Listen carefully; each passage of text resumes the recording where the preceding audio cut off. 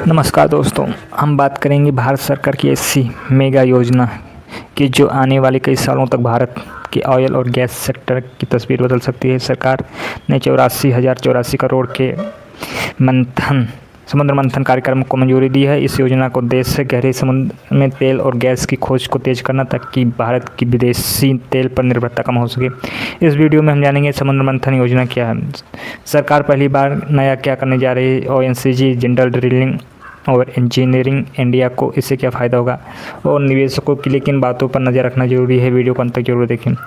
Part 1, समुद्र मंथन योजना क्या है। दोस्तों, भारत सरकार ज़रूरत का लगभग 90% कच्चा तेल विदेशों से आयात करता है। हर साल इस पर लगभग 13 लाख करोड़ रुपए का खर्चा होता है। जब अंतर्राष्ट्रीय बाजार में कच्चा तेलों की कीमत बढ़ती है तो उसका असर सीधे भारत की अर्थव्यवस्था पर पड़ता है। पेट्रोल डीजल महंगा होता है, महंगाई बढ़ती है, रुपया पर दबाव आता है, करेंट अकाउंट डिफिसिट बढ़ता है।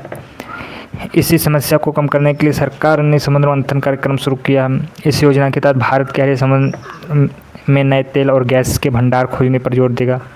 पार्ट 2, सबसे बड़ा बदलाव क्या है। पहले क्या होता था, डीप वाटर एक्सप्लोरेशन बहुत महंगा होता था। एक कुआं की ड्रिलिंग में लगभग 800 से 1000 करोड़ तक खर्चा हो सकता था और अब तेल नहीं मिला तो पूरा पैसा डूब सकता था। यही कारण था कि कई कंपनियां ऐसे प्रोजेक्ट से बचती थीं, लेकिन अब सरकार पहली बार ड्रिलिंग लागत का एक हिस्सा खुद वहन करेगी। मतलब कंपनी का जोखिम कम होगा, ज़्यादा प्रोजेक्ट शुरू होंगे, नए ऑफशोर ब्लॉक विकसित होंगे, घरेलू तेल उत्पादन बढ़ सकता है। पार्ट 3, ओएनजीसी को कैसे मिलेगा फ़ायदा। सबसे बड़ा फ़ायदा मिलने की उम्मीद ओएनजीसी को है। ओएनजीसी भारत की सबसे बड़ी सरकारी तेल और गैस खोज कंपनी है। मुख्य बातें, कंपनी ने जुलाई 2026 में पहला डीप वाटर एक्सप्लोरेशन वेल शुरू किया। सितंबर में इसकी शुरुआत नतीजे आने की उम्मीद है। अगले 7 वर्षों में लगभग 150 डीप वाटर वेल्स ड्रिल करने की योजना है। सरकार की लागत सहायता मिलने से प्रोजेक्ट सस्ते होंगे, ज़्यादा एक्सप्लोरेशन होगा, भविष्य में तेल उत्पादन बढ़ सकता है। पहले जो प्रोजेक्ट महंगे होने की वजह से रुके थे वो अब शुरू होंगे। जिंदल ड्रिलिंग को क्यों माना जा रहा है बड़ा लाभार्थी। जिंदल ड्रिलिंग भारत की प्रमुख ऑफशोर ड्रिलिंग सर्विस कंपनी है। इसके पास 6 जैकअप रिंग्स है, 8 डायरेक्शनल ड्रिलिंग सेट है, 6 मड लॉगिंग यूनिट। सबसे खास बात, इसका सबसे बड़ा ग्राहक ओएनजीसी है। अगर ओएनजीसी ज़्यादा ड्रिलिंग करेगी तो जिंदल ड्रिलिंग को भी ज़्यादा काम मिलने की संभावना बढ़ जाएगी। वित्तीय वर्ष 2026 में रेवेन्यू लगभग 20% बढ़ा, ऑपरेटिंग प्रॉफिट लगभग 45% बढ़ा। कंपनी नेट डेब्ट फ्री भी है। इसके अलावा ओएनजीसी से 3 साल का नया रिंग कॉन्ट्रैक्ट भी मिला है। 5वां पॉइंट, इंजीनियरिंग इंडिया को कैसे होगा फ़ायदा। अब बात करते हैं इंजीनियरिंग इंडिया लिमिटेड यानी EIL कि यह company engineering, designing, consultancy, project management जैसी सेवाएं देती हैं। ऑफशोर ऑयल और गैस सेक्टर में इसका लंबा अनुभव है। कंपनी अब तक लगभग 248 ऑफशोर प्रोजेक्ट पूरे कर चुकी हैं।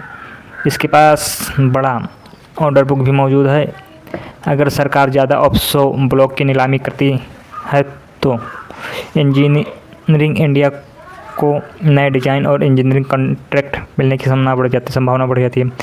6वां पॉइंट, निवेशकों को किन बातों पर नज़र रखनी चाहिए। यह योजना लंबी अवधि की है, इसलिए तुरंत मुनाफे की उम्मीद करना सही नहीं होगा, लेकिन आने वाले समय में इन चीज़ों पर नज़र रखें।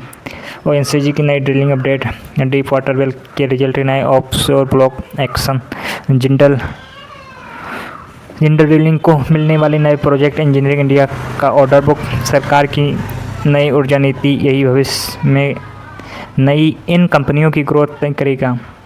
कंक्लूजन, कुल मिलाकर 84,084 करोड़ का समुद्र मंथन कार्यक्रम भारत के ऊर्जा क्षेत्र के लिए एक बड़ा कदम माना जा रहा है। यदि यह योजना सफल रहती है तो भारत की तेल आयात पर निर्भरता कम हो सकती है और ONGC, जिंदल ड्रिलिंग तथा इंजीनियरिंग इंडिया जैसी कंपनी को दीर्घकाल में लाभ मिल सकता है।